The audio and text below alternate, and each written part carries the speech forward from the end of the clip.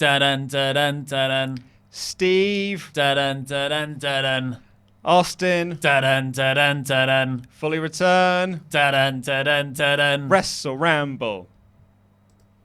Should Stone Cold Steve Austin fully return to WWE? Because he's there pretty much every week by now. I'm Ollie Davis. This is Luke Owen. Welcome to the WrestleRamble Raw Review Edition. Please press the thumbs up. Give us a subscribe. Leave a comment saying what you think on the Steve Austin debate down below. And of course, get in your super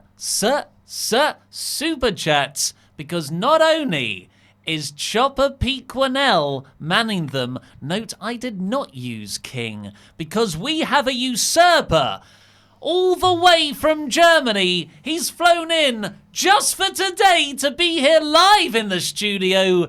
It is the Mayor of Painesville, Dan. Hi, I'm Chopper Pete. This is Dan. Hello, everyone. You've Thanks got for to having move me. into the camera, Dan. Come in, Dan. Hello. Hey. Hi, guys. It's our new Right. king. Yes, we make dreams happen. We do. That's our humble duty here. And do you know how else we can make dreams come true? Are you going to plug something? Yes, I am. You could come work for WrestleTalk if you click the link is it in this video description? I don't know. We didn't talk about this before we No, went. no, live. I literally just thought of it now. If you search like WrestleTalk jobs on Google, I'm it'll pretty sure take that'll you come there. up. Pete In will fact, drop a that's- link into the super chats. That's one of the criteria we're using to filter out time wasters. Is you've got to find the job page. If you can't find the job application page, it won't work out anyway. But who are we looking for, Davis? We're looking for on-screen hosts, script writers, website writers, YouTube comment moderators, Sociopaths. socialist media managers, none of the capitalist ones, and video editors and others. So if you go over there, it tells you what we're looking for from each person and how to apply as well. But for now, let's get on to Steve Austin, Oh, baby. who is still he's like one of the best things in WWE this year, because he was so good on the Raw reunion show, which was, late July. That is not even 2 months ago. And then he was on like Skype. He's tweeting. All the graphics are being shown on screen during Raw. So when like this big Madison Square Garden show, which was last night, and it's billed as Steve Austin's return to WWE, feels a bit disingenuous. Oh, yeah, well, it's his return to Madison Square Garden Right. were. You see, it's the clever way that WWE word things. So it's the first time he's been to Madison Square Garden in X amount of years. But yeah, so for me, like Austin just feels like he hasn't left since Raw Reunion. He's just been all over the shows. And that's a good thing, because he's consistently always the most over thing on any show he's a part of. Like, so there are certainly two arguments to this of like, should Austin come back? Yes, because he's massively over. He is a ratings draw. He's also a ticket seller. The reason why he was part of this Madison Square Garden show was because tickets weren't doing very well. So we'll advertise Austin. That can bump up those ticket sales. So he is a proven draw. The other side of that is that he just overshadows anyone he's in the ring with. Which is, this is like Attitude Era 101. Everyone remembers the Attitude Era as this great time for creativity and envelope pushing. But you push the envelope, don't you? Yeah. That's a saying. But really, if you go back and watch it, it's somebody starting to get over, and then Steve Austin coming out, stunning them, and celebrating for 7 minutes, drinking beers. Well, like the ending of this show with Austin having the beer bath with everyone. I mean, I couldn't take my eyes off Steve. Like, it was, sure, it was great that the Viking Raiders and Cedric and Seth getting that rub, brother. But really, everyone was just cheering Steve. Yeah. Which, if you've got someone who's really, really over, you should use them. I think. So I think the best use of Austin here, I know we've forever said, let's not have authority figures. Well, I don't think we ever said that. We just said we want consistent authority figures. The whole heel one that inserts themselves into every feud is overdone, and let's get away from the McMahons. I think that was more of the sentiment there. The McMahons including Triple H, of course, and the whole authority storyline that never died. But with Steve, I think you could bring him as a, not the heel sheriff role that he used to have. What, just Sheriff Steve? But just like a babyface general manager who's just in charge of making the matches. Yeah. And he's not actually in the storylines, and he doesn't look like a doofus every week, like how they booked Kurt Angle and Mick Foley. They wouldn't dare do it to Austin. Austin wouldn't have it. Yeah, exactly. And he's so the show kicked off with Austin and ended with Austin.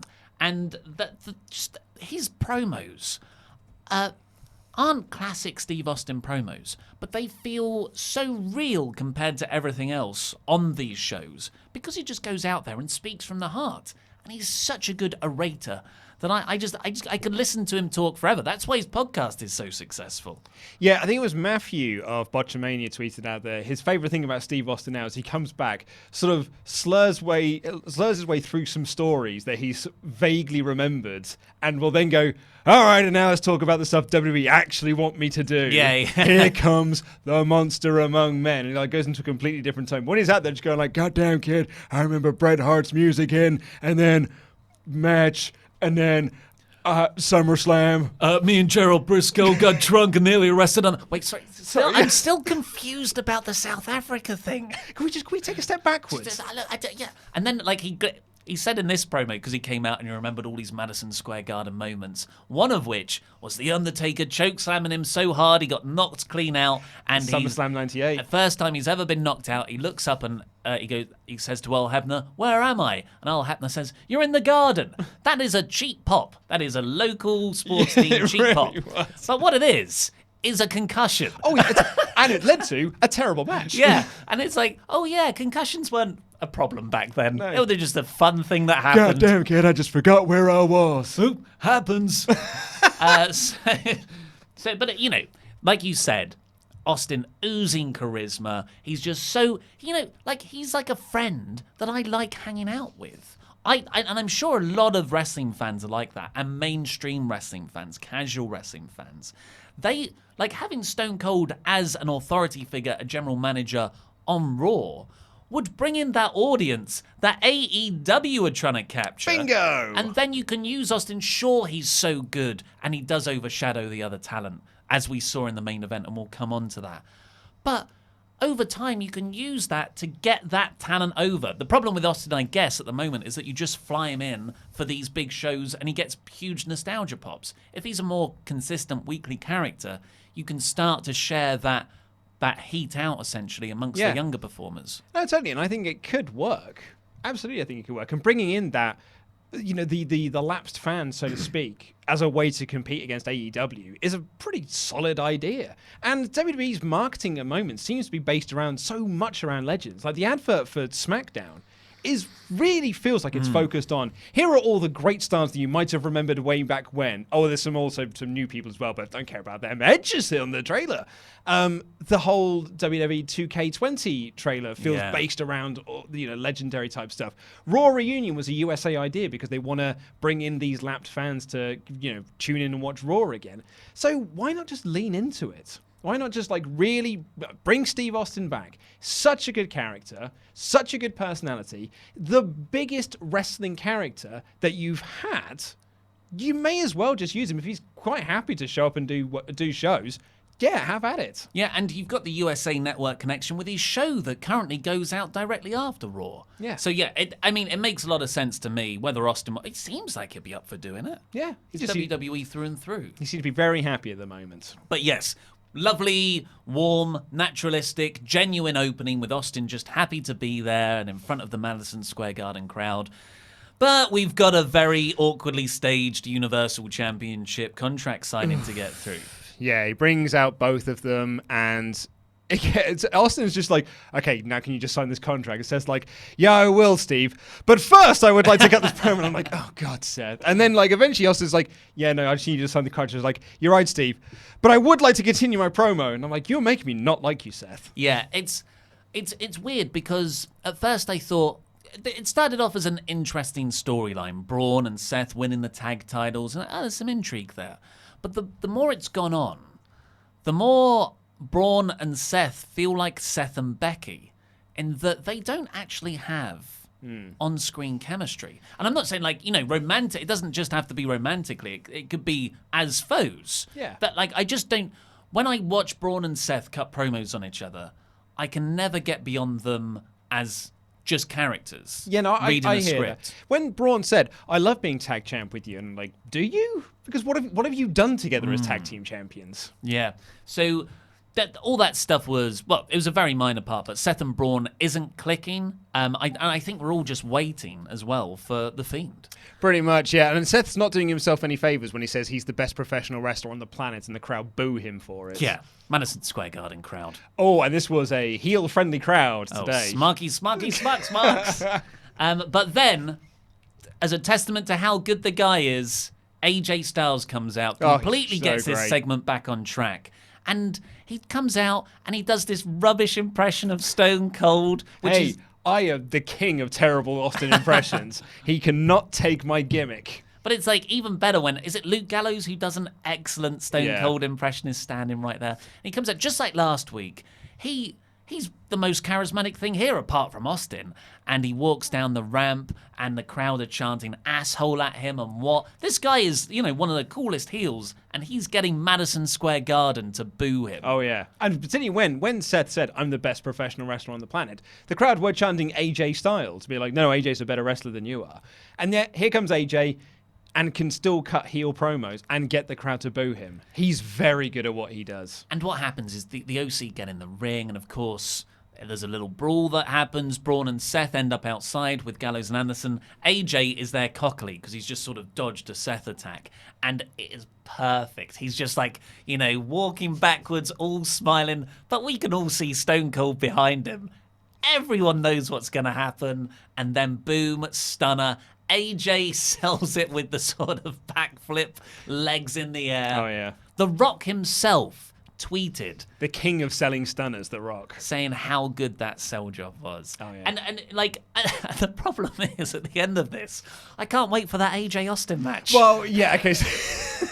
And this is part of the problem, I suppose, with Austin. We were kind of like talking about earlier that he does kind of overshadow things. It's very unlikely we're going to get another Austin match. He seems to be very happily retired. He had his final match at WrestleMania 19. Doesn't want to have another match ever again. Not even Saudi money could probably coax Austin back into the ring. He doesn't really need the money. He doesn't really need the gig. But every time he does get into the ring, I'm like, oh, cool. So when are we getting the next Austin match? When are we getting Austin versus AJ? Yeah. Well, I didn't mean so much mean it in that I want Austin to come back because I'm sort of over that now. CM Punk is my boy.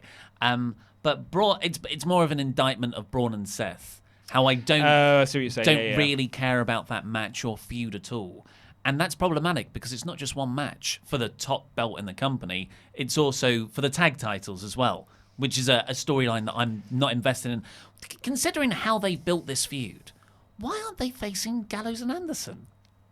How much the OC has been involved in this, and they decided to go the Bobby Roode and Dolph Ziggler route instead?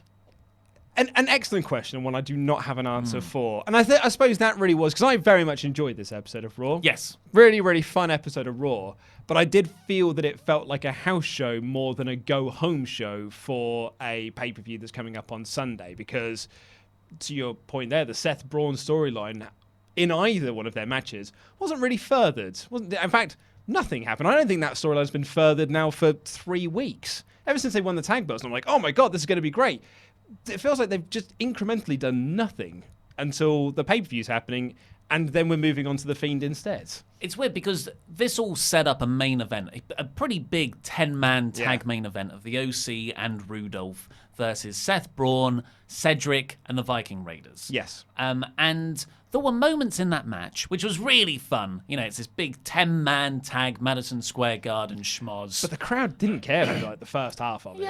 Yeah, but then when it started to break down and everyone was fighting everyone, it was good. But there were a few moments there where Braun, I think Seth was pushed into a Braun pin, and that broke up that chance to win, and Braun sort of went back at Seth like, what are you doing? And then it went to an ad break, and then it came back. Everything was fine. And I kept on thinking, oh, okay, so they're building to a big go-home angle at the end of this. But the Seth Braun stuff wasn't really touched. It just ended with Cedric, an amazing win with this huge lumbar check. Like AJ Styles was selling like nobody's business that night. Cedric wins, pins AJ Styles in Madison Square Garden in the main event. Stone Cold's music plays. Yeah, and it was instant. It was like 1, 2, 3, and Austin comes down and he celebrates with everyone in the beer bath. Again, kind of why I got that house show vibe to it. Well, I totally get why they did it, because that's a much bigger instinctual pop than Cedric Alexander's rather weak music. Yeah, as Steve from Going in Raw said, it sounds like it says, I had a dream I had a dog. Used to dream I had a dog. And that's how it goes off air, with just like a very babyface happy vibe of them all celebrating.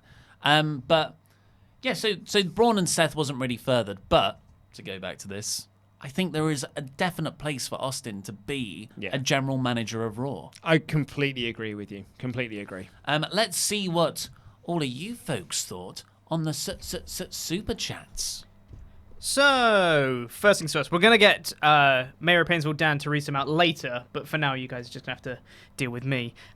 Will HM says, good to see Stone Cold drinking a little bit of the bubbly. He did a really admirable job of endorsing Le Champion. Le Champion. Which champion? Seth? But I don't buy into anything that Steve says about Seth. I buy into everything that Austin says in his promos until he gets to the Rollins stuff where I'm like, this bit's scripted for you. Yeah, that was Matthew's point of just like, I'm going to come out here and tell you a story about SummerSlam 1998. It was a great time. And then just like, gear change. Yeah. And now, the Beast Slayer. And just bringing out here to his sort of scripted verbiage. Zayed War said, honestly, how good is Stone Cold? So good on the mic. Yeah, he's fantastic. Yeah. One of the best promos ever. Yeah, totally. B says, going with the title, do you guys think Austin should become some sort of general manager or authority figure in WWE, which you spoke about before? Yeah, I can see it happening. Kevin said, WWE could have let Cedric enjoy the fact that he pinned current US champion, but no, sorry, we had to cut your victory celebration short because an old guy needs to drink beers with Vikings. Yeah, I mean, I totally see why they did it. Cedric still got that win. It would... Yeah, it's difficult. You've got 5 men in there to celebrate with. You've got the Stone Cold pop, which, let's be honest, from a live event experience and a viewer at home is a lot better. Longer term, giving Cedric that 1 minute, 2 minute long Steve Austin arm raise celebration would probably have been more effective. But it's daylight between the two, really. Yeah. As an exciting end to an episode. Yeah. But it does feel like Alexander didn't get the pinfall. No, exactly. In fact, I actually more or less forgot about that. And we haven't had the announcement yet that it's going to be Cedric AJ for the United States Championship. A few which really has been like, the last minutes of last minute things. It feels even more last minute than women's tag titles, which was like truly last minute nonsense and, not caring. Mundy says, my inner child was so happy when they showed Stone Cold flip AJ off, then do the stunner. Yeah. OMG, I was so happy for this. I hope this greatness continues. Yeah. Well, yeah, hopefully they will. They'll realize what they've got with Austin. I mean, Austin is a Paul Heyman guy. Maybe there's words to be had backstage. Shrimper JR says, good to see that young upcoming star, Stone Cold Steve Austin, getting that upper mid-card push for the US title. Yeah, well, he'll be...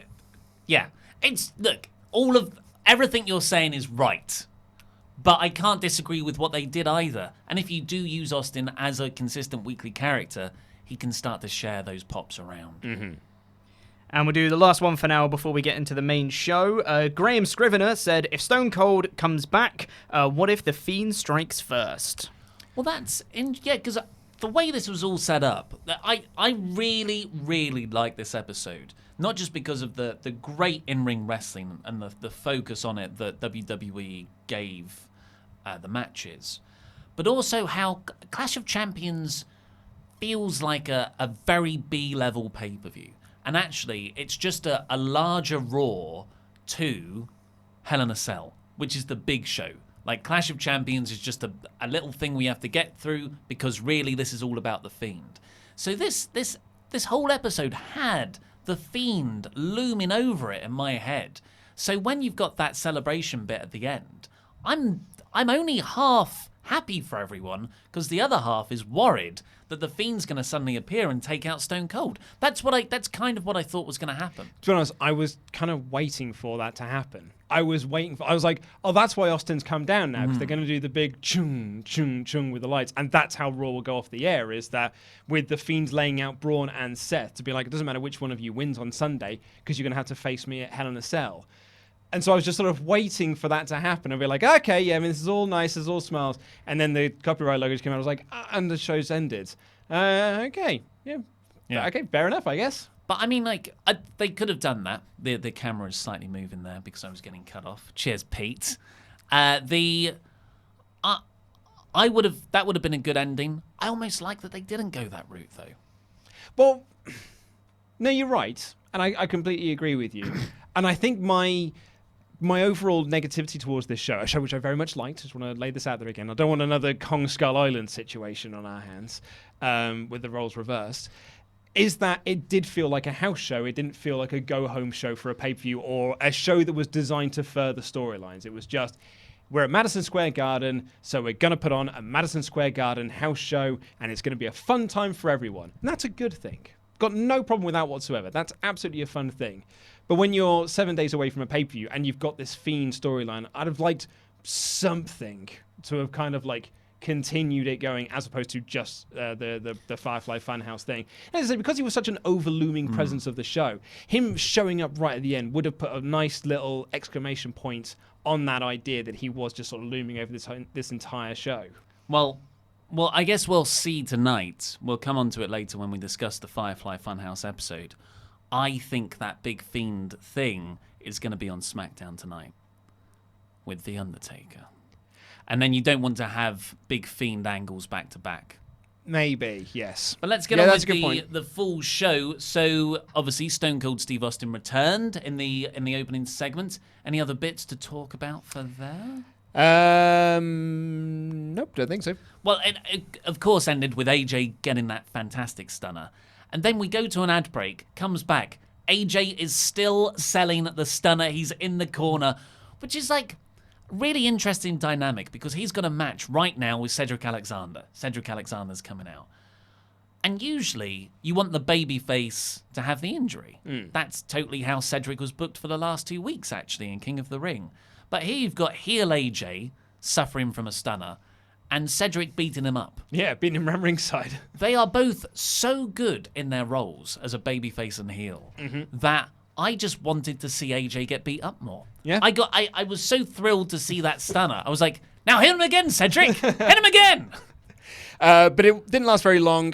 Gallows and Anderson got in to cause the DQ. And then, who should make the save? But the Viking Raiders came down. And they laid out Gallows and Anderson. And I thought to myself, finally. Finally, we're doing something else with them. Yeah. So what Granted, happened? they're baby faces now, but, you know. Yeah, well, whatever were they? So this set up the 10-man tag, I suppose really. they were baby faces last week, actually, yeah. It set up the 10-man tag later on because Viking Raiders would pair with Cedric Alexander, Braun and Seth. So this did give them a good rub. And I kind of like them running out there like badasses. Their offense always looks fantastic. And they looked really good in the main event too. But it reminded me a bit of AOP. When AOP was suddenly put into the main event, we were all really excited. Like, this is the start of a huge tag team division push. But what do you do with a tag team when there's no tag division, really? An excellent question. Yeah. So while it was fun to see them out here in the main event, I didn't really care. And maybe that just ties back into the house show vibes that it's got, that it doesn't really mean anything because it's a house show main event. It's a 10-man tag house show main event. Next week, we'll just go back to the status quo and they'll be doing squash matches again. I don't think it, just to disagree with the house show, I didn't think it felt like a house show vibe. Then it cuts backstage and Bayley and Sasha are doing a pretty cool heel promo together. They're just chatting and being heelish. And then it cuts, because they're going to have a tag match against Becky and Charlotte later. Cuts to Lynch and Charlotte preparing in their locker room. And Charlotte's just like getting ready. Becky just staring at her. Staring a hole through her. Yeah, it was really funny. Not happy to be part of this tag team. Then what I really, really liked was up after this, it was the Firefly Funhouse. Yeah. We already knew that we were going to get a Firefly Funhouse segment, and I thought, oh, wow, it's happening in the first hour. And it opens on Bray, and he says, hey, stick around, because coming up later, we've got a brand new episode. And it just stretched out the threat of Bray for so much longer than just a little graphic where it's got Firefly Funhouse coming up later, or Corey Graves saying, stay tuned, we've got this coming up later. To have Bray there, I thought it was an ingenious touch. Yeah, no, I really, really like this a lot. Then we got a promo for Connor's Cure, and Roman Reigns comes out to say it's been nearly a year since he made his announcement that he had leukemia. He wants to raise awareness for cancer, so he's been visiting pediatric cancer wards around the country. And there's a great one here in New York, and I thought I could go visit them again, but why visit them when I can bring them here? And he brings them all out, and he brings out all these kids. This one kid comes out in a mask and takes his mask off, so he'll never work in Mexico again. Roman really laughed at that. Yeah. He was called like The Arrival or something. I remember that because I thought, what a silly name. The Arrival. And he maybe just loved original NXT days. And yeah, he just takes off his mask, and Roman can't stop laughing. You're not meant to do that, mate. And they've all got wrestler names, and it's super cute. Roman says we should support them. This was lovely. Yeah, sure they're cheap pops. Sure they're from the local area. But this was... Cannot fault WWE when they do this. I know you don't watch NXT because it's for filthy marks. Yeah. Which obviously... For now, until it goes mainstream. Which, of course, means you don't watch the NXT Ramble either. But Chopper Pete Quinnell really got upset about them doing a Connor's Cure promo on the NXT show. This little kid cuts a lovely little promo. It's actually, I think he was one of the kids that was featured in this promo package here. And then it cuts to Roman Reigns is operating the camera because the kid goes like, I'm going to beat cancer. Ooh, ah. And it cuts to Roman operating the camera. He's like, couldn't have said it better myself. Well, that sounds lovely. And Pete was like, I hated it. What was wrong with it, Pete? Slightly taking it a bit out of context there, mate. I said that Roman's green screening looked terrible and that shot looked awful. But thanks. So we started running with the joke that, Yeah. like you, remember you hated the fact that kids were surviving cancer and you didn't want them on TV anymore. There was also History Months. Yeah. Got no time for it. But let's move on for those controversies because we've got a corking tag match. The four horsewomen, Becky Lynch and Charlotte, taking on Bayley and Sasha Banks. Newly heel team, Bayley and Sasha Banks. When they ran the promo for this, I was like, Bayley turning heel was just last Raw? Yeah. Feels like forever ago. Yeah, right. But then they I thought this video package as well, to my grievances that I had with SmackDown last week, I thought this video package did a much better job of explaining the story than Bayley's promo did. I think maybe it's just because Bayley's promos are not her strong suit. No. But WWE's editing department is one of the company's strongest assets. second to none. It is. So this starts off really, really hot. Like, all four. I was never, because sometimes when you watch women's division matches in WWE, like, yeah, it's a women's match. But this was just like, no, it's a wrestling match, which is what all of this should be, given like the proper pedestal and focus and character development, because it felt so big time. These four huge names in there with all of that history and backstory together. And Charlotte and Becky just ran at Bayley and Banks on the ramp from the get-go, and they had this terrific brawl outside. Yeah, it was really, really hot right at the start. The heels worked over, sort of took over, and I thought the crowd were quite quiet for a lot of this. Actually, I mean, I'm not sure if it was just the crowd weren't that well mic'd, but it did feel like the crowd weren't into actually a lot of the wrestling that was on this show, which I thought was weird considering the matches that were on. We've also had a couple of weeks of really, really good crowds, so maybe just comparatively. Plus, they were much hotter for Baron Corbin. Yeah, the MSG crowd, because it's New York and it's the smartest city as the verbiage goes. They will split reactions more. Well, they will boo the heel. But this cheer the heels. This wasn't cheering and booing. This was nothing. This was sort of apathetic so. Nothingness. And then all of a sudden broke into a "This is awesome" chant. And I'm like, where were you? I know. Yes, that was off this awesome quadruple down where Sasha reversed something into a sort of around the world into the bank statement. Yep. Charlotte reversed that into the figure eight, and then Bayley comes to break it up, but Becky almost gets her in the disarmer, and the crowd were like, "Oh, we want to see that spot." But Bayley instead pushed, I think, but it broke up Charlotte's submission, and then they're all down on the floor. This is awesome. And I thought to myself, God, it would be so silly to pin Bayley and Banks as their first time as a heel duo. Yeah, well, so this was a really... I thought this match was excellent. Probably the best women's TV match since those Sasha Charlotte days. Really? Yeah, I'm not sure I can buy into that. There must have been something since then. On TV? Yeah, on TV. There must have been something. The Asuka Charlotte had a match on SmackDown leading up to TLC, I believe. That was really good, if I recall correctly. I can't remember that one. Yeah. There must have been something. Well, just from how they built stories and making the division mean something, going back to those Sasha, Charlotte, brawls, like Falls Count Anywhere stuff, like big time wise, I can't think of anything that touches it in the last couple of years. But it does have a problematic result in that Charlotte and Bayley are in the ring. Banks grabs Charlotte's hair, so you've got an out there. Bayley rolls her up. I'm like, okay, here's the finish, and I'm fine with that because Charlotte and Becky shouldn't exist as a good tag team together. They hate each other. Whereas Bayley and Banks, they've got loads of history together to work together. Former tag champs. You've got the perfect out to tell Becky and Charlotte losing because they combust. They internally combust. And these are the loyal friends. They are the strongest connection. But they are heels. So Charlotte gets rolled up by Bayley, but then Charlotte reverses that into... Oh, how did it go? Was it... Natural selection. Yeah, natural selection for the win. She looked so dominant. Beating up essentially both of them and got the pin on her own. Yeah, and it's just classic WWE of...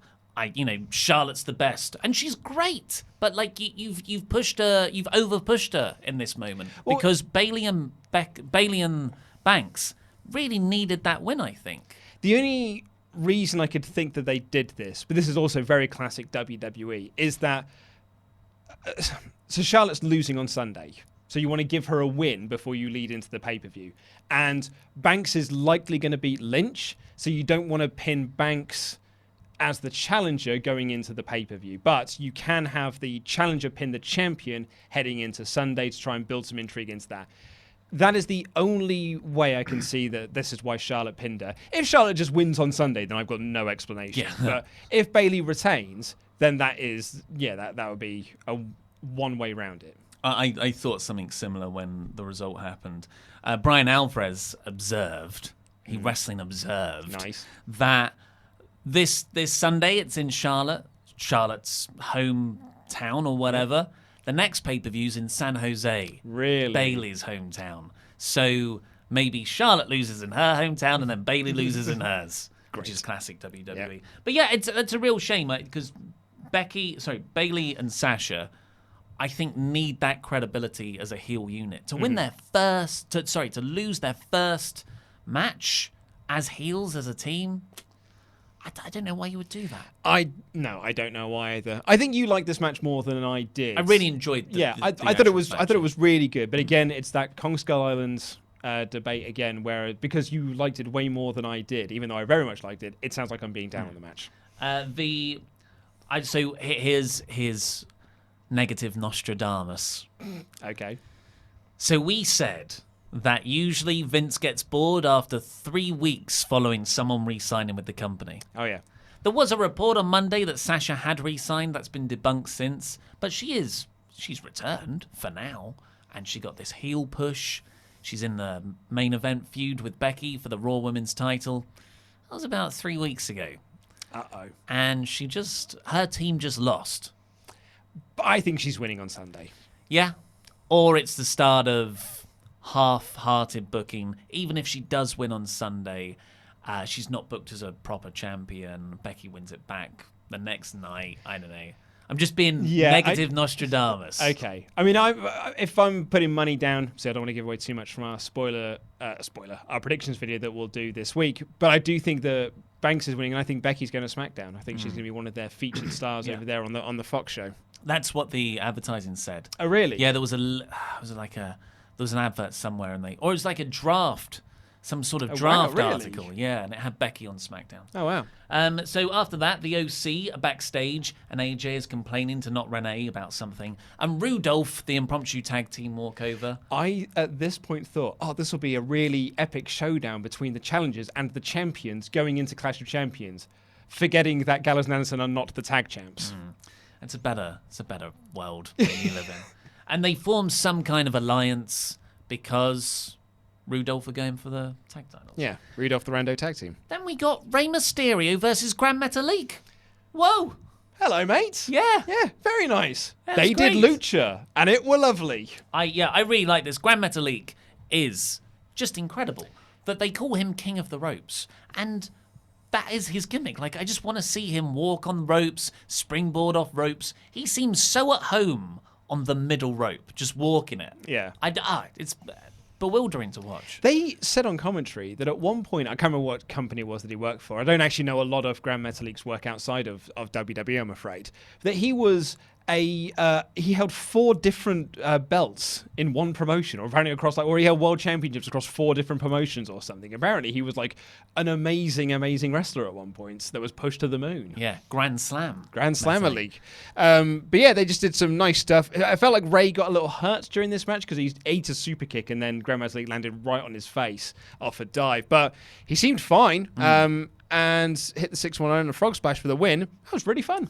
Yeah, really nice match. And it's, it went about just under 10 minutes, I'd say. So a decent, dedicated amount of time. What I loved about this show is that you had only about 4 matches, but each one of them went 20 minutes or 15, 10. Real focus on the in-ring side of things. And it just feels like the show goes quicker. Yeah. This was the shortest 3-hour Raw I've ever watched, I think. Yeah, I can go with that. This is, of course, the start of Ray's redemption, I'd imagine, where he goes through all these different luchadors, and then maybe he has to team up with Dominic to face some other threat. I think he should start recruiting these luchadors because he's looking to pass the Ray mantle onto someone. Mm-hmm. So he's like Grand Metalik, Lindsay Dorado, all these other underused high flyers WWE have. And then Dominic's sort of like, but I'm the successor. I'm the chosen one. But Ray's like, but the Mysterio name needs to live on. Don't say for someone who can actually wrestle really well. I don't want to be, I don't want to be nepotistic. Yeah. And I don't want to David Flair you. Yeah. So that turns Dominic heel, and then he goes after Ray. He gets the LWO. I don't know. I just started having fun. Seth and Braun are talking to Cedric backstage, and that's when the 10-man tag is announced. Then we got Street Profits. That's so much fun. Oh, God, aren't they just? Hyping up all the main matches for Clash of Champions, and then through to a video package of Rowan's attack on Roman and Bryan last week on SmackDown. Fun stuff, including Dawkins flirting with Sasha Banks. I like the Dawkins gimmick of just like, I'm just going to pick a woman and just send her a flirty message via camera. You miss 100% of the shots you don't take. Yeah. And he's got a shotgun. Scattergunning. So later on in the show, Corey Graves and Michael Cole and Renee Young would also run through the Clash of Champions card with this graphic, and I skipped it because it's boring. The Street Profits, I was like, yeah, what else is coming up? They're so charismatic. Absolutely, they are. Speaking of charisma, mate. King Corbs. Told you. I told you, man. Yep, you called this one. So this was the Raw King of the Ring semi-final match. I don't know why you thought Joe was winning. Because of the segments. So it was Samoa Joe versus Baron Corbin versus Ricochet. Ricochet and Joe, of course, had a double pin in their quarterfinal match last week. So they made it a triple threat. And again, they gave this 15, 20 minutes. It started off a bit as generic WWE three-way where you have 2 people in the ring, 1 guy outside. But that was only the first 5 minutes. The rest of it was loads and loads of moves. I really enjoyed this. It was a really good mix of, say, Joe's power, Ricochet's just crazy athleticism, and Baron Corbin's pantomime villain. I think we're going to look back on this match as the start of the genesis of the era of when we will see when the crowd turned for Baron Corbin. Of we have previously for the last year or so been like sick of Corbin. Go away, Heat. The Corbin mid-card vortex. We'll be making these jokes about it. Universal Championship matches. Jesus, he retired Kurt Angle. Awful, awful, terrible stuff. Don't like Baron Corbin. This crowd, they were behind Corbin. They wanted no one else in this match to win but Corbin. And all of the reports I've seen from people, like Brian Q and Sal from Impractical Jokers were there. They were tweeting, like, this was the only guy I wanted to win in this match. He's the best. I think that we are seeing the genesis, the start of, the era of crowds being into Baron Corbin and ironically cheering him as the babyface, even though he's going to continue playing the pantomime heel. He's the new Kevin Owens. There was a really good comment on Reddit where they compared Baron to John Cena's crowd reaction trajectory.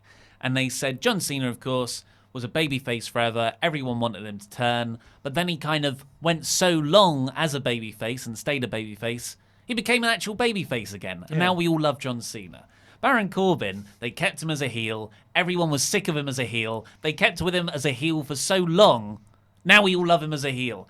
But I will say, I was never against Baron Corbin as a performer, as a heel. I was against him being overpushed in the main event scene of every show. That's it. Raw. Just for months and months and months. We always said, love Baron Corbin. I love his moveset. I don't know why he blocked me on Twitter. He's a great, I think he's a really good promo as well. His facial expressions, I thought, in this match were so good. Yeah. And when he sits up on that throne and he's got the big, ass-eating grin on his face. And people have got in touch with me today saying, what are WWE doing with this King of the Ring tournament? They had so much talent, and then they put Baron Corbin in the final. I was like, well, that's the point.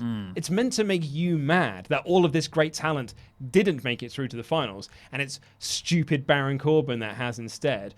But also, it's a joke tournament for a joke title, so absolutely give it to Corbin. He is someone who can take that S salad and turn it, or chicken S and turn it into S salads. So yeah, of course, Ricochet hit the 630 on Joe. Baron pulls Ricochet out and steals the victory. Such a heelish way to advance. Threw him over the barricade as well, which is great. And yeah, do you think, Ricochet ended up in the crowd. Yeah.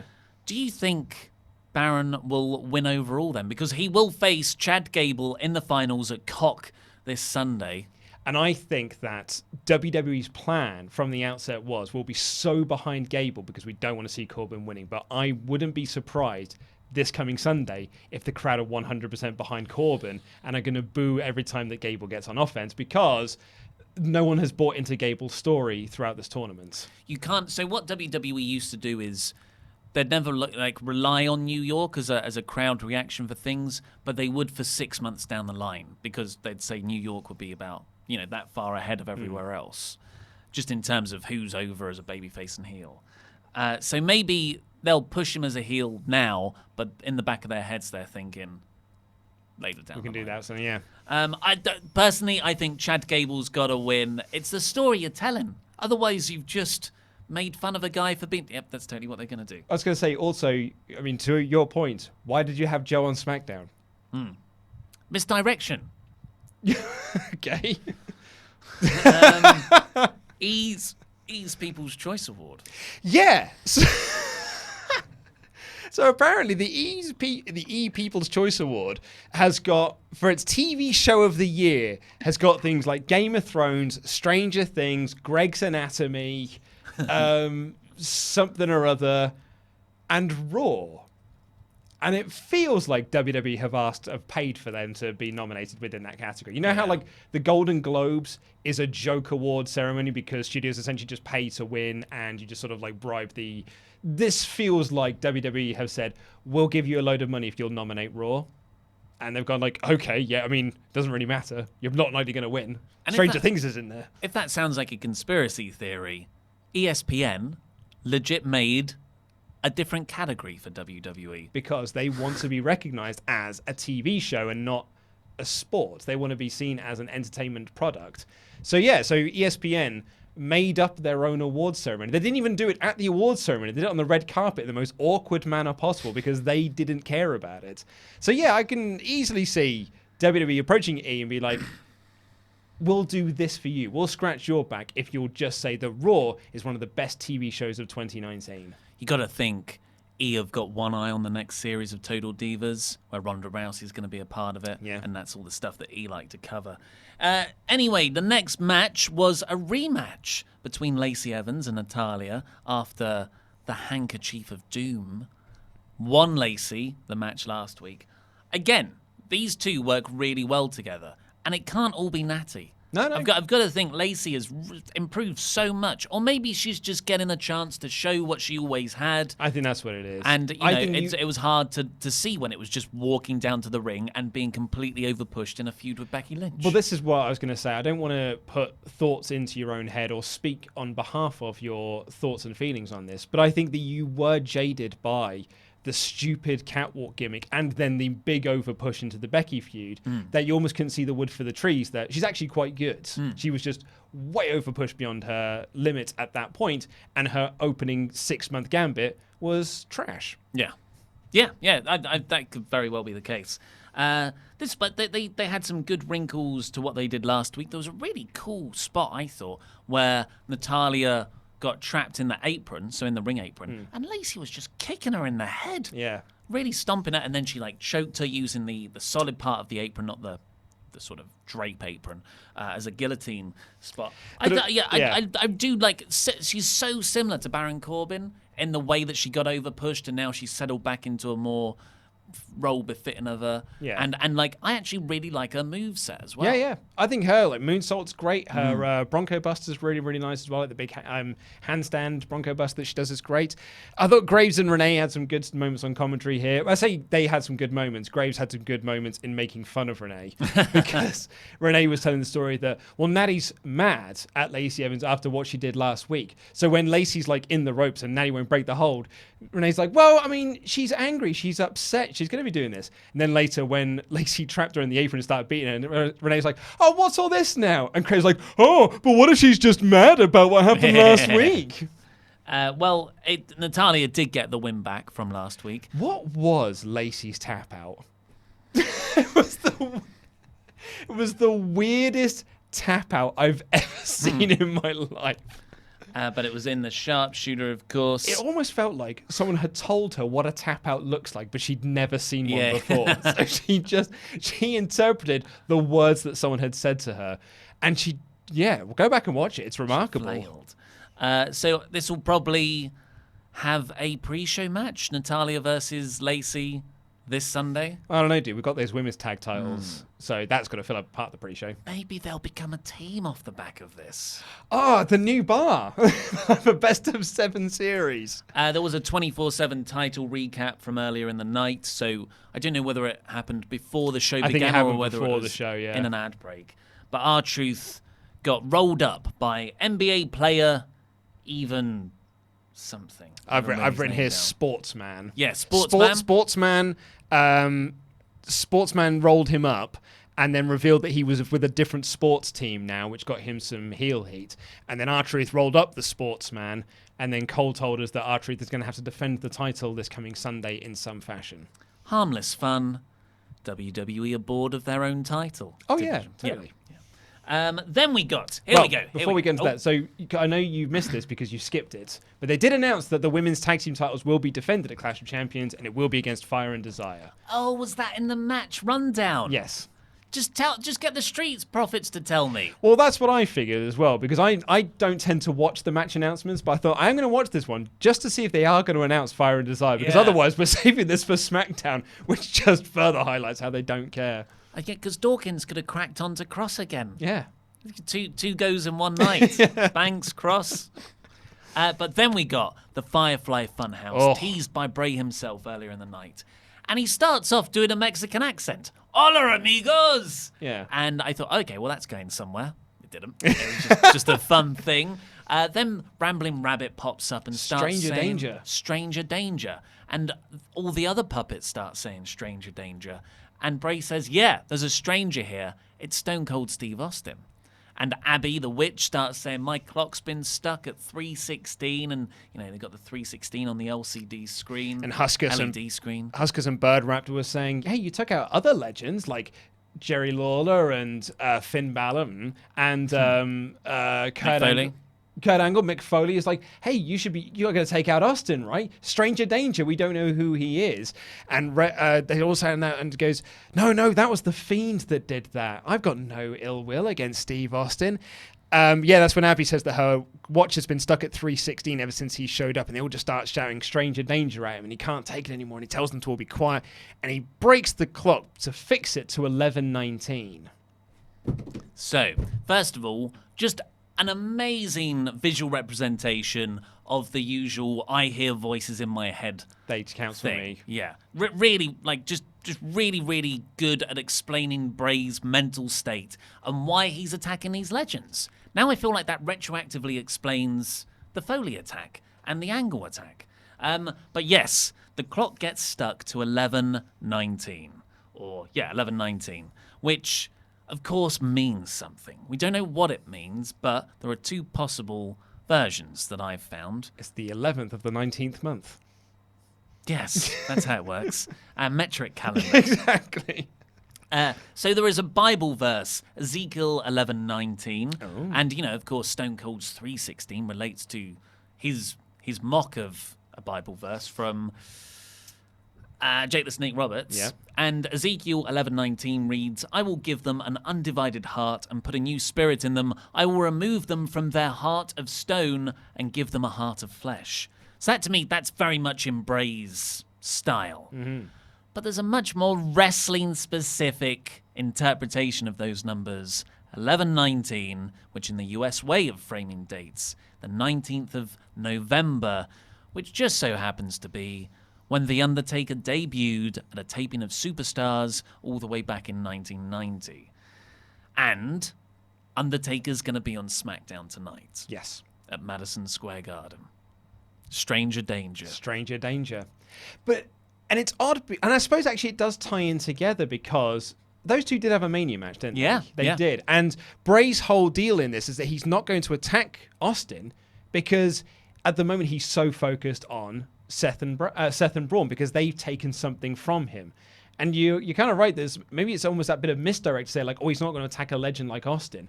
But Undertaker did also do him wrong by not putting him over at WrestleMania. So he could then target him on tonight's SmackDown. Yeah, another part of this whole bit was Bray started saying how Braun and Seth invoked the Fiend by their actions in the past.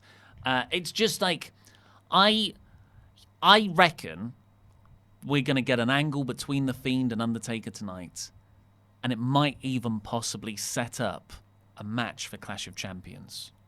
Wow. For the Fiend. Yeah. Because like Meltzer has been saying, a few sites have been saying, this go home week at Madison Square Garden, WWE have something big planned for it. Stone Cold was just there to sell tickets. Undertaker is there for a storyline reason. That's been the reports for the longest time. And an Undertaker match or an angle to build Bray, that's like all the Bray Wyatt stuff isn't stuff they're booking week to week because the production stuff, Bray's tweets that accompany it, it's all playing out like comprehensively. So they're not ripping the scripts up before the shows for this. This is something that was decided a month ago and they're playing it through.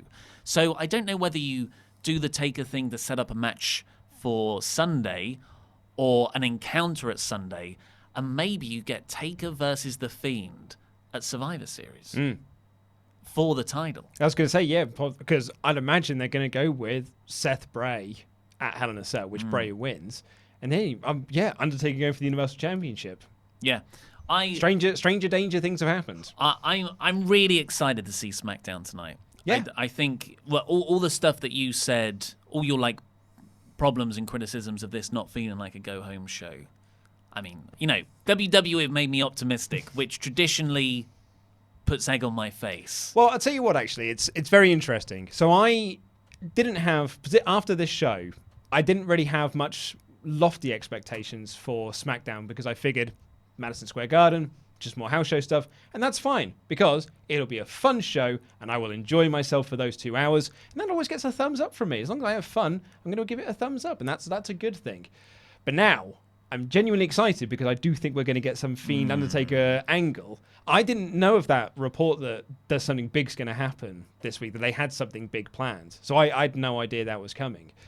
So now I'm actually genuinely super stoked to see what happens. And I hope that I don't have any crushing disappointment. I feel bad now. I've raised expectations. And then we got the main event of the 10-man tag. It was a decent-ish match. It was really fun, more than anything. And Ivar hit a giant senton off the top rope onto everyone. He did indeed. But yes, I honestly really, really love this show. And it was about the focus on the in-ring wrestling. I know you said it felt like a house show, and I understand that if you're looking at it in terms of building a pay-per-view this Sunday. But to say it's a house show, I think implies that nothing momentous happened on it. And, you've got Stone Cold. You had the King of the Ring semi-final match, which is storyline progression. You had the 4 horsewomen have that match. The Fiend had the 11-19 potential tease. For me, I thought this was a really, really exceptional episode of Raw. What did you give it as a score? I gave it a core. That's what I'd have given it as well. Yeah. Because I really, really enjoyed it. It's just that it wasn't a stellar go-home show. When I look at go-home shows, I want it to make me excited about the pay-per-view that's coming on Sunday. That's the whole point of them. I'm not into I didn't think they did anything for the Seth Braun storyline. No. They didn't do anything for the tag title match either. You might as well forget that Rude and Dolph are a tag team. In fact, it might as well do, because they keep calling him either Bobby Roode or Robert Roode. They don't know what his name is because I don't think they care that much. I thought the 4 Horsemen stuff was good, but it's not made me excited about their matches on Sunday. And the Fiend was the best thing on the show. For my money. And Austin, again, just feels like sort of house show vibes. It's like we've brought Austin in for this one show. So I don't look at Austin and be like, oh, that makes this show good. I just very much enjoyed it. So I think it is a thumbs up show. Very, very much enjoyed it. But it was a glorified house show, not a go-home show for a pay-per-view. Well, let's see what all you guys thought on the Super Chats. Right, so we've got quite a lot of them, but now it's time to get the mayor of Painesville, Dan, in here. So Dan, come over here, take my seat. There he is. Yeah, switch chairs. In you go. Hello, everyone. Hey! So, Pete's going to start be with this one. helping you out. So, EA's asked, Yowie Wowie, my first super chat. I'm calling in it right now, fellas. Corbin versus Elias, and they're somehow going to give Shane the crown and scepter. Well, yeah, of course, Elias versus Chad is the other semi-final match. You could have Baron Corbin's mid-card of Vortex final, and they both lay down for each other, give Shane the. Yeah. That's very funny. It's King Corbin. Kevin asked, I told you to stop pitching stupid ideas. WWE is looking at the Ramble now. Thanks to you, we will have King Corpse. Hey, man, I'm down for it, though. If I can keep telling stupid ideas like that and I'm enjoying the television, I'll give more of them. Long live King Corpse. And now we have Gavin Wilson, who asks, could one of AJ, US, versus Shinsuke IC at Survivor Series be a chance for redemption after a poor run of matches for the WWE title? I didn't think of that. That's because I don't think AJ's dropping the title. I don't think Nakamura is, considering he's been paired with Sami Zayn. So yeah, if they've both got the belts in November, a Survivor Series match between them. That's if we're doing Raw versus SmackDown this year, which I suppose we could do. If we're getting a draft, did I hear this? Yes. Yeah. That's the report on the. Well, it's scheduled internally for the 2nd episode of SmackDown on Fox. Yeah. So not the 4th, but the 11th. Which because kind of downplays our idea then of Fiend versus Undertaker for the title at Survivor Series, because that would then have to be Universal Champ versus WWE Champ. Well, I think Undertaker's got his own rules, hasn't he? Yeah, I guess so. And now we have Luke Owens, #1 fan, Will Adams. Hey, man. Hello to you all, especially you, Luke. Hey. What do you guys think of 11-19? What it meant? Much love from Illinois. Yeah, well, I've given my thoughts on it. Yeah, I think it's Undertaker. But it's funny as well, because I thought it was Undertaker. They'll do an angle at Survivor Series, forgetting that he was on SmackDown tonight. So, yeah. So we got a little bit of speculation here from Robert Ray. Fiend causes no contest that leads to triple threat at Hell in a Cell, which Braun helps the Fiend win. This is how WWE ruined the Fiend character. Yeah, I don't think that's a good idea, and I don't think WWE will go that route either. I think they're on board with the Fiend character. Yeah. And now we have Tim Arndt. Hey. Can you imagine what would have happened if the Fiend came out during that Roman segment? Oh, hello.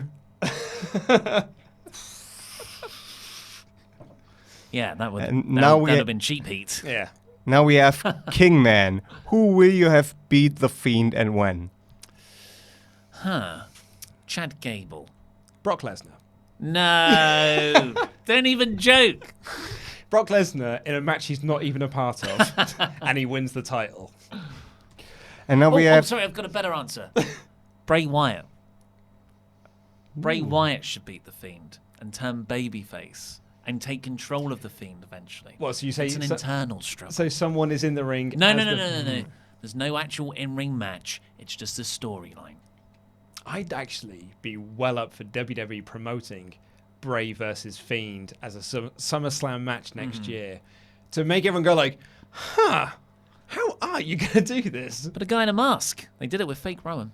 And now we have Justin Anzaldua. After AJ was stunned, I was waiting for the Fiend. Almost called the scenario last week, but I loved Firefly Funnel Stranger Danger. Stranger Danger. Yeah, we both thought the same, that the Fiend was going to come out. But I think that's good, that you're sort of scared that he could appear at any time, and he doesn't. So when he does, you're almost...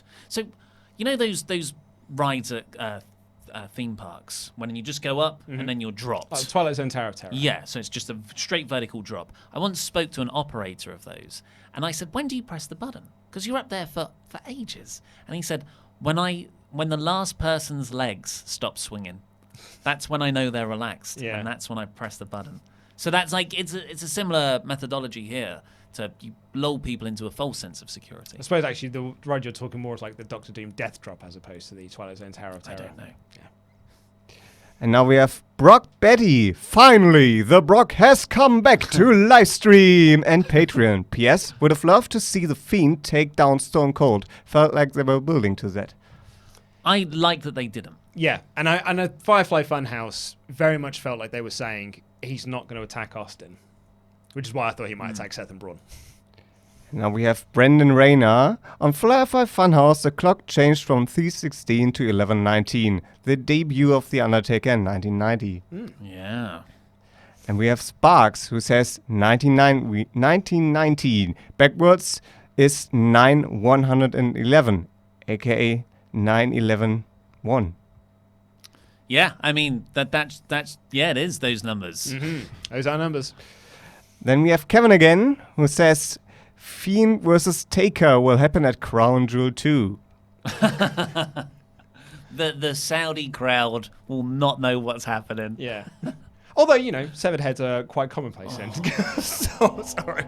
That was so dark. Luke. I genuinely apologise for that. I said it as soon as I said it, I was like, shouldn't have said that. I feel so dirty. I know. Let's go to... Let's go to OKOJ, who says Bayley's heel turn feels similar to that of Johnny Gargano's, on that she will consider herself as a babyface. But it also feels like Sami Zayn's heel turn in that she is still loyal to her best friend. Yeah. Yeah. Well, yeah, it's... The Sami one's Yeah. very comparable in terms of being so loyal to your friend. But that, like, Sami is such a good promo, he can get that across more. Yeah. Yeah. So I just don't think Bayley did last week. But the video package was great this week. And so many super chats. Awesome. Brian Hoyt asks, or Seth rather, if all the women's tag team title matches were like Charlotte Becky versus Sasha Bayley, I would love the women's belts, but sadly it's not. Why you think that is? Well, the report is Vince never wanted to have the titles in the first place. And that feels very evident in the way that they have been booked on TV since Banks and Bailey lost them at Mania. It took them 2 months to get bored. And you've got 4 years, no, longer than that, going back to NXT. You've got like 6 years of history between those 4 wrestlers. That's why it felt so good. Because like some of the wrestling was actually quite sloppy. Charlotte completely missed a moonsault in it. Whiffed it, no. But I don't care, because I'm so into them wrestling, I can look past that stuff. So I apologize in advance for mispronouncing that name. It's Torsi Famed 180. Now that Steph is off screen and can't take credit for women's wrestling, there isn't really a women's division anymore. I think there's a link. I think it's Ronda Rousey's more the link. Yeah, I think Ronda Rousey being off TV is the reason why. And now we have the Thornies. He says Corey credited the 4 for the women's revolution. I think he means Bailey. Becky. Yeah, the 4 horsemen. Oh, yeah, absolutely they are, yeah. And then we have Casey Skowowski. She says, I can't believe WWE botched, in my opinion, Becky's hot title run. She did nothing after WrestleMania, and I feel like it all started the way she pinned Ronda. Yeah, it really is. Becky Two Belts just died a death very quickly. There was a prologue that goes back to her apologizing to Triple H and Stephanie McMahon for no reason. That's when it started, and then everything after WrestleMania was badly booked. You had a perfectly good Asuka who beat her at Royal Rumble, ready to be that first title challenger. No, dude. Hey, do you want to team up with Kairi Sane? Yeah. They can't get over any other way. And now we have Jessie Venable, and she says, can't watch live, so here's my super chat for the brave boys. I'm at work, but wanted to give you a shout out to Luke because he always makes my daughter smile. Oh, thank you very much, Jessie. Big thumbs up. And now we have Tim Arndt again. Hey. And he says, I see that he's gone to the Mick Foley school of getting cheap pops. Which guy? Who's Seth Rollins. Oh, Seth. yeah. Oh, what did he do? Some New York... Madison Square Garden. Yeah. John. Zayed War says, anyone else sick of Rollins' title run or him overall? Hey, you know, he's coming to London in December for Gorilla Position's live show, and I think people will be excited to see him then. I wonder if Will's going to be in town. Book him on Rev Pro. But, you know, I like Seth as a wrestler.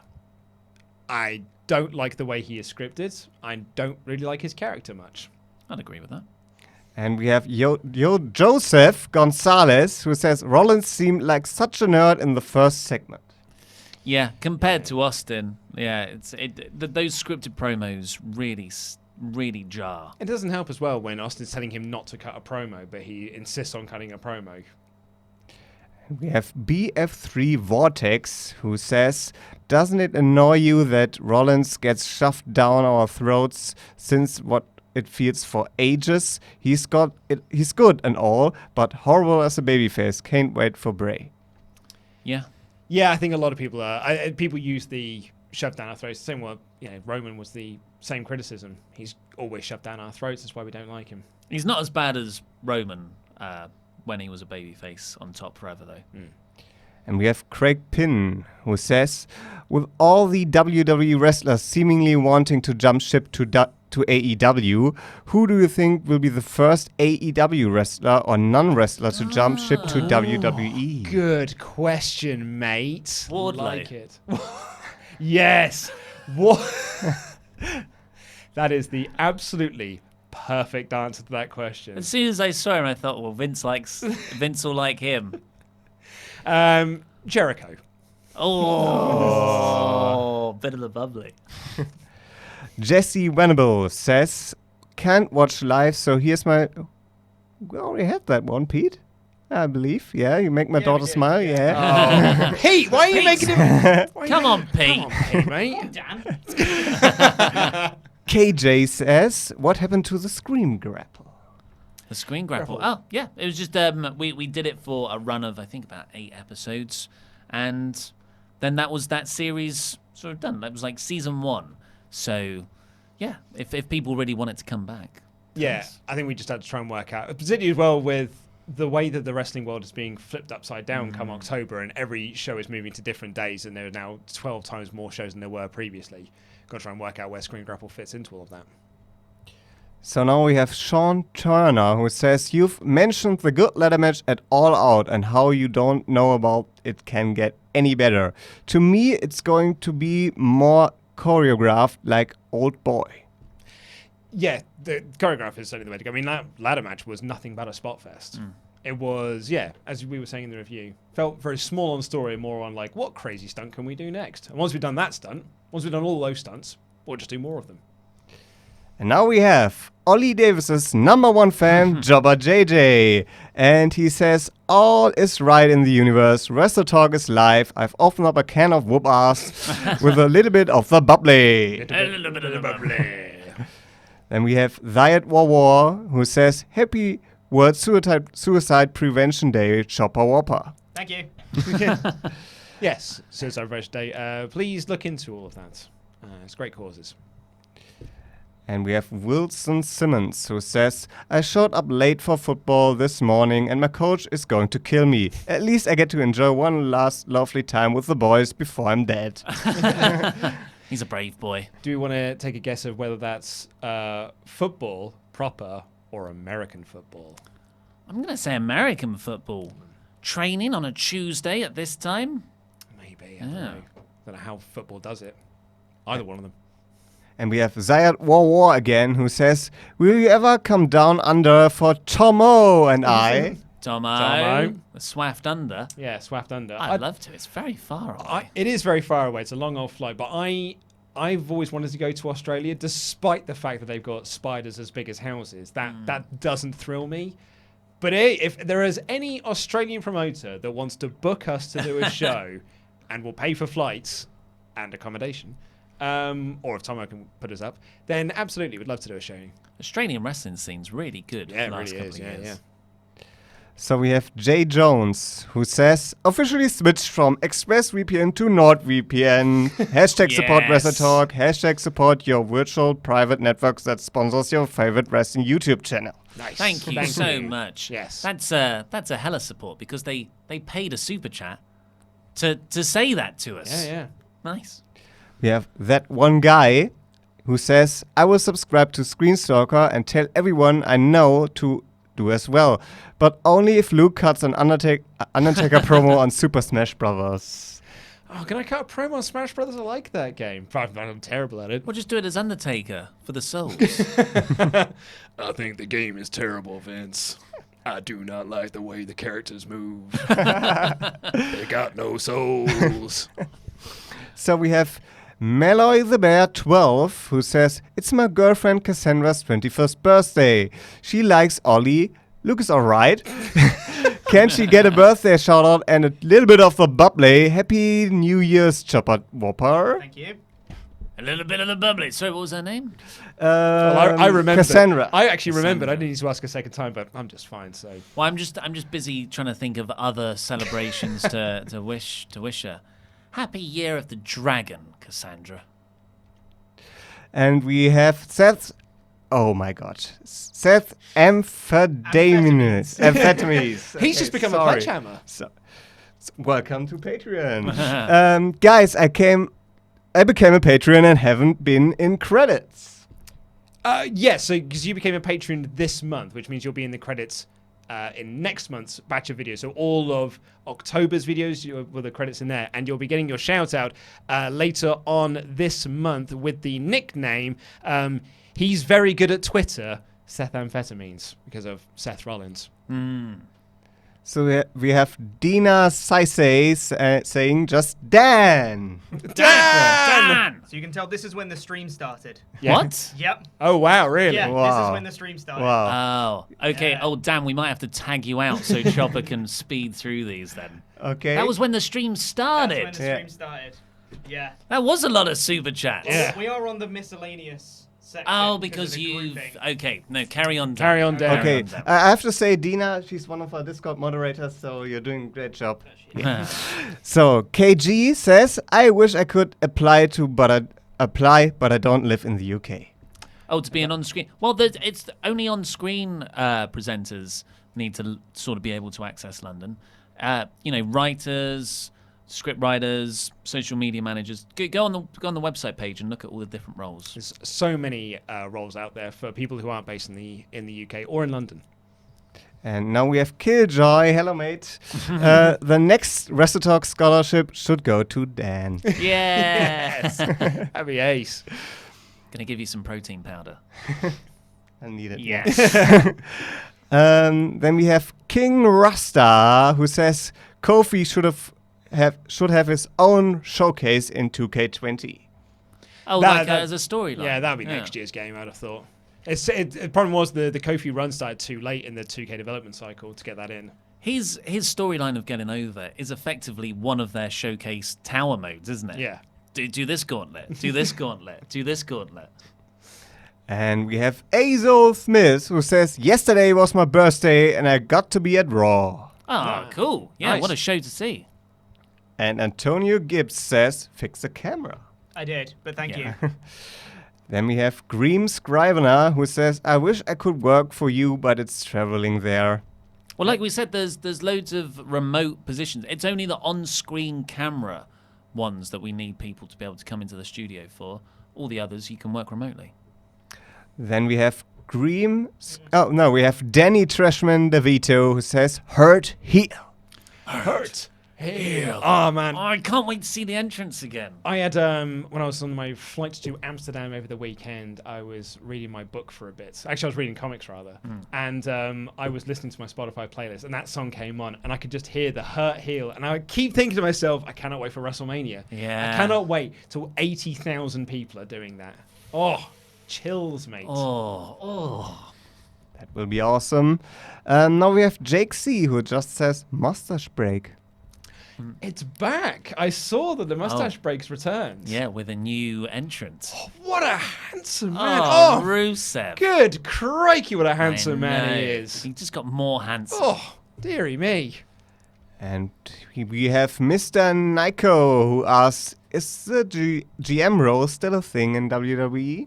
No, we don't have authority figures, apart from William Regal. No, they're not. But And yeah, Drake Maverick. William Regal, Drake Maverick. Skip Scala. You can write them back in. It's stone cold. And now we have Tim Arndt again, Hey. who says the Clash of Champions Wrestle League bonus question should be, will Alexa and Nikki be heels or faces? That's a great That's bonus good. question. Remember that one. Randy, I know you're watching. Write that down, mate.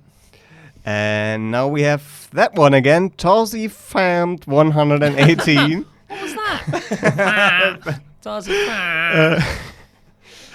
And he says, get to the chopper whopper. To the chopper whopper. And Ron's Rajan or Rayan says, Pete, why do you hate kids with cancer? No, in all fairness, actually, no, in Pete's defense, we all hate kids who've got cancer. Kids who have cancer is a terrible thing. We want kids to not have cancer. Yes. yes. Yes. Yeah. Yeah. I don't want a child to have cancer. That's a terrible thing to want. Yes. Okay. Yeah. I'm with you. I just don't want to say it. It just sounds bad. Sounds bad. But it's you're right. Yeah. Super chats do not get better with the next one. Yeah, because we have Cyber Sajan, who says Pete wants kids to have cancer on his birthday. See what you guys have started? Well, you say you guys, it was me, and I'm very sorry for that, Pete. I did not mean to inflict that upon you. That's not cool, man. Birthday, no less. That's so many days a year.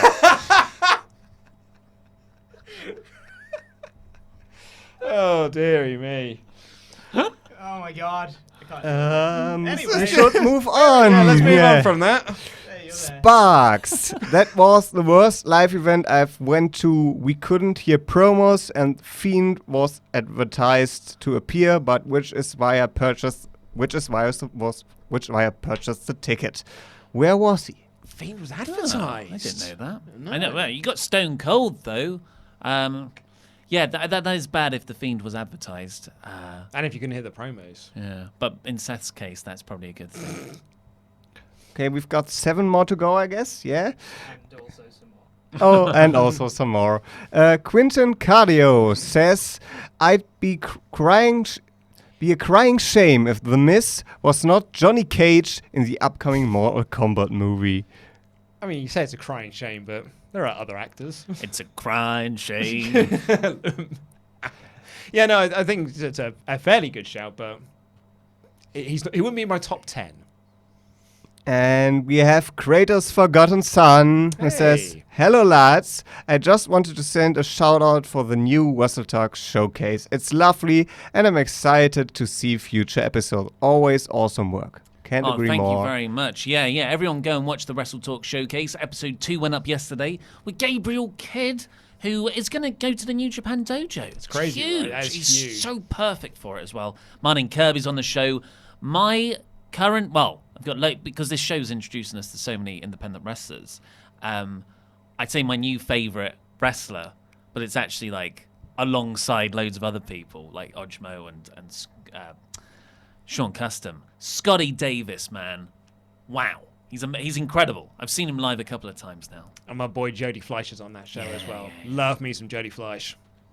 And we've got Aaron, who asked, seems like Raw has hit a nice middle ground, or is it that I only cursed half of a bit of watching the show? Hashtag the curse is real.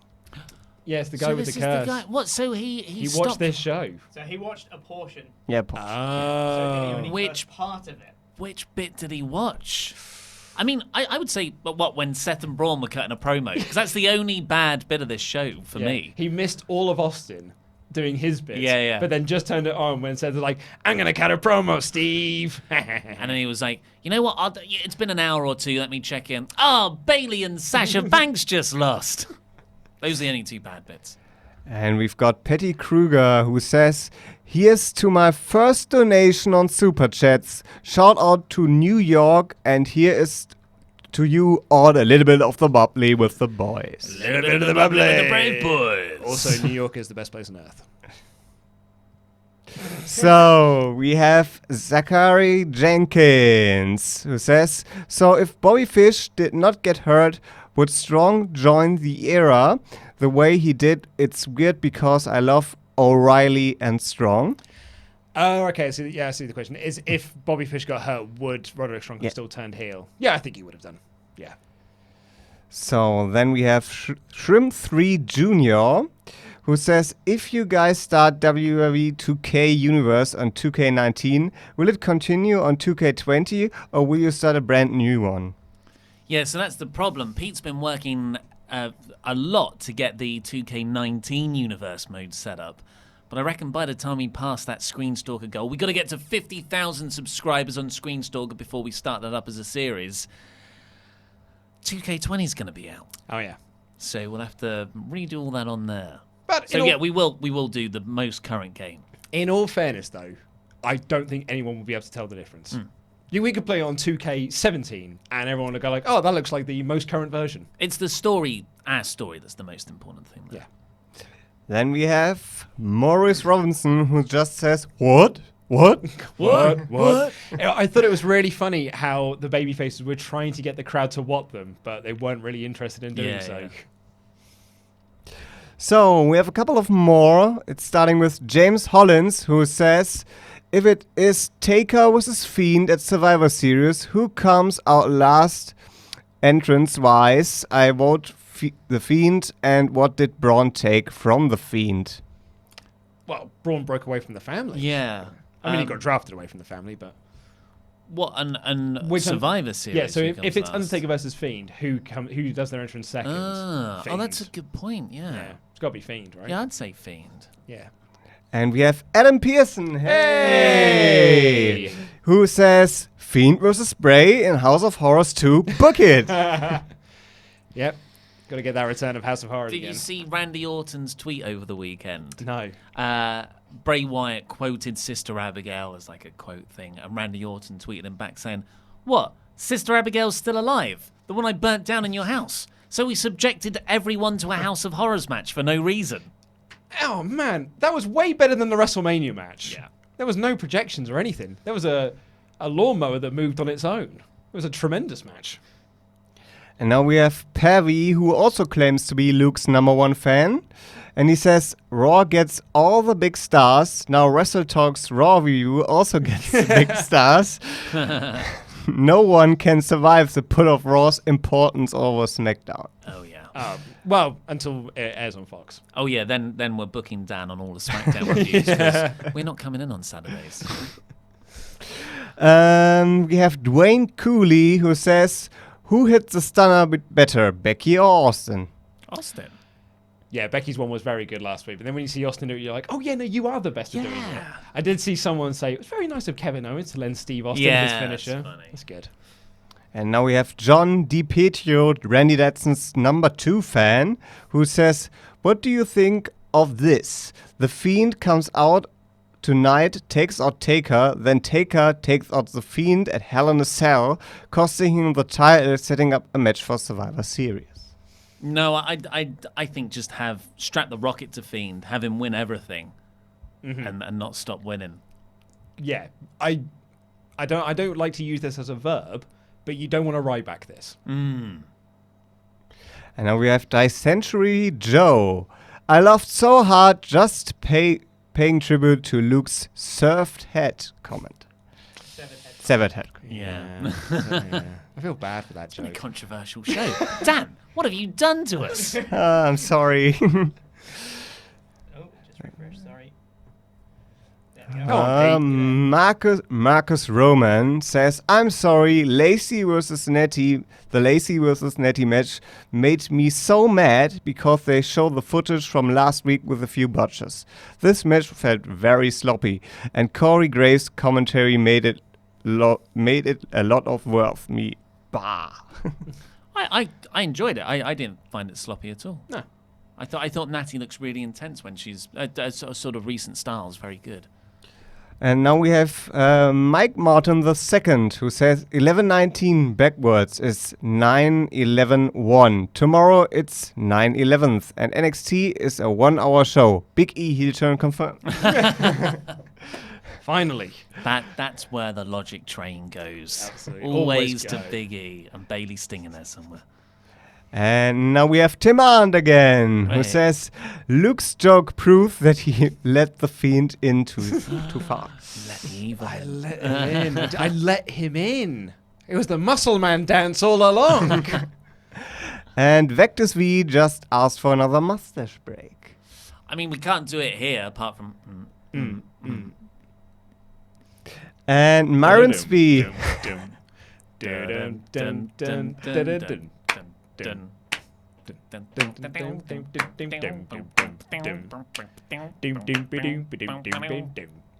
Tash. That song goes No, we have Myron Speed, who says, love Luke's savage Saudi takedown. It was a great joke. Thank you. Yeah. And we have Mr. Nyko again, who says, Luke's joke was super savage. And Vectus V again says, a little bit of a bubbly break. A little bit of the bubbly. A little bit of the bubbly. Ooh, A little bit of the bubbly. We have Death by Daza88, who says, when is the next fantasy booking warfare? A good question. When we've got. Have you seen the time? We need to Who's move on to the next, next Dan? question, Dan. Zachary Jenkins, who says, keep up the good work. I have been there since day one. Day Thank you, one-ish. Zachary. Sorry, just to actually properly answer the previous question because you did super chat in. We haven't got time, and the last one to win the poll was Vince McMahon, Triple H takeover. Triple H usurps Vince McMahon, I Yeah. believe. But we made a ruling that we couldn't involve NXT, and as soon as we did that, we couldn't think of anything other ideas. And we've booked versions of that storyline just so many times, so we just sort of lost interest in it, I'm afraid. And now we go with King Russell, who just says, chop chop chara. A charo. And Justin Anzardua, who says, knife edge chopper. Knife edge chopper's good. Nice, like that. And we have Clifford Miller, who says, just applied for the WrestleTalk position. Can't wait to hear from y'all. Also, Luke, your comment about the Saudis made me spit out my water.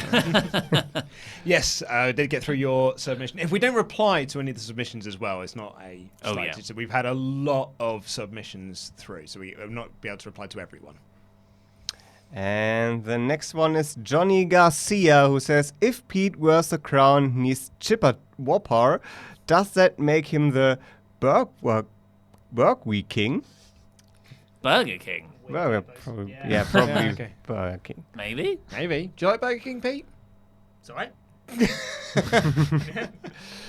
And we have 4 people to thank who just gave us a super chat with no message. It's Chadwick Clark, Rex Joseph Cameron, Kratos Forgotten Son, and Maurice Robinson. Oh, thank you all so much, and thank you, Dan. Wonderfully read by Dan. Thank you, Dan. And we're going to keep this clap train going because we've got $25 above or more Patreons to thank on Pledgehammer. God damn it. Thank you. Join him, John Iowa. Yeah. Big Bad Blake Lloyd. Oh, baby. Martin Santoyo talking to me. Talking to me. Talking to me. Yeah, nice. Oh, yeah. The Perfect Storm, Noah Trombley. Yeah. Caught in a Travis Webb. Oh, don't want to be Yes. caught in that. I think he's talking to you, Damian Thompson. Oh, yeah.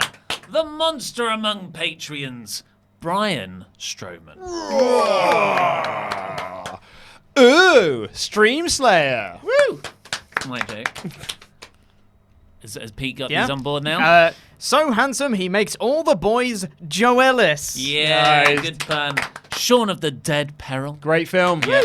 We're all We're all going on a Brian Huntley. Yeah. Robin Banks, Lee Roberts. Yeah. Oh, yeah. The Life of Jordan Riley. Woo. He can last Sean far longer than you in the ring. Yeah, that's how you win. And finally, Rebel Without a Crew, Robert Rodriguez. Great book. Great book. Well, thank you all so much. Please click the videos that have just appeared on the desk to catch up with the latest awesome Wrestle Talk things, and this button right here, which will make you a pledge hammer on Patreon, where you too can get your own shout out. I've been Ollie Davis. This has been Luke Owen. Over there was Chopper Pete Quinnell and the Mayor of Painesville, Dan. Yeah, there he is. And that was Rambling.